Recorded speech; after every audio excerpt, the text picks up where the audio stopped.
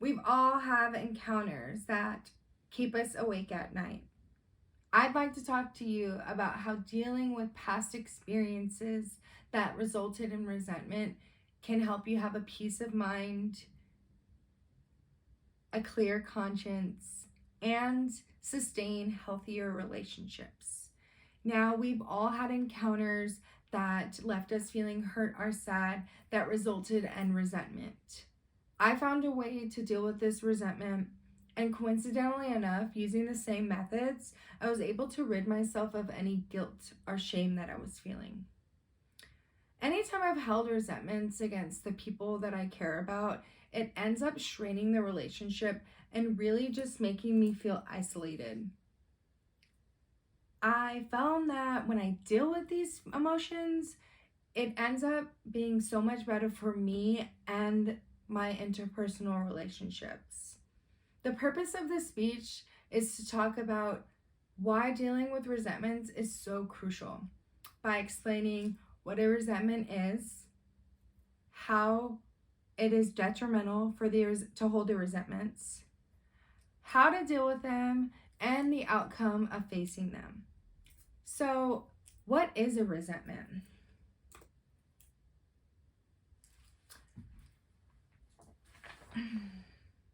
Katie Stockdale wrote an article in 2013 in Social Theory and Practice describing resentments as a moral injury done to oneself.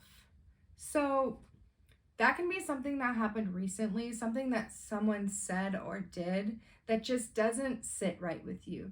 It can also be something that happened long ago that you're just holding a grudge and it turned into a resentment. You can also have resentments against yourself for something that you said or did that you regret. And that could turn into guilt, which would be a resentment against yourself. So now that we know what resentments are, let's talk about the detrimental effects that resentments have. So holding resentments against the people that you care about really can put a strain on the relationship. And if you have a resentment against yourself, it can really result in low self-esteem.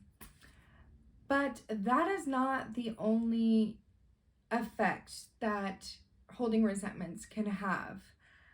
A study conducted in 2001 and 2003 by Eric Messias, Anil Sani, and others found that there was a direct correlation between people that hold resentments and people that had cardiovascular disease and stomach ulcers. So not only does holding resentments affect you and your interpersonal skills, but it also affects you physically. So we can all agree that holding on to resentment serves no good. So what do we do about it? How do we deal with them? What I'm going to ask you to do is write in a journal every night. Document how you feel, the situations you encountered that day, things that just didn't feel right. This way, you can kind of read it and think of it from an outsider's perspective and kind of break it down as to why it affected you, how it affected you. Journaling and writing has been a huge source of therapy for many years. An article posted by American Psychology Association written by Bridget Murray in 2001 references a groundbreaking study that documented people with arthritis and asthma for a series of months. And what they noticed is that some of the patients were actually getting better from writing therapy. But if they weren't getting better, they were also showing no signs of getting worse. So we can all agree that writing therapy is very beneficial. But what I'm going to suggest is for you to take it one step further and actually address the people. Reach out to the people and talk to them. Let them know how you feel, how it affected you. You'll be very surprised at the outcome of this. Anytime I've exercised this, I've always felt a huge weight lifted off of me, and that's not the only benefit. So you're establishing a better sense of boundaries when you let the people know how you feel, what's okay, what's not okay. You're also building a better relationship with the person because you guys can talk it out and you can get over it.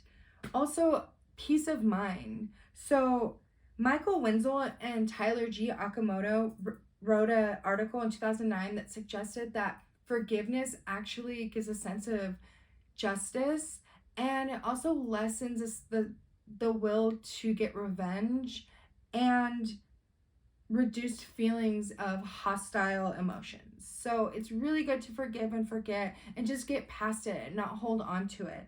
But I do want to let you know that building resentment is in no way the fault of the person that's holding the resentment.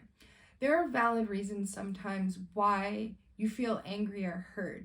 And it may feel like it's easier to just not confront it, not deal with it, and just harbor the emotions. But I promise you, there are huge repercussions to holding on to pain. So I hope now that you know what a resentment is, the effects that it has on somebody, how to deal with it, and the outcome of dealing with it, you're compelled to clear your conscience and just build healthier and happier relationships.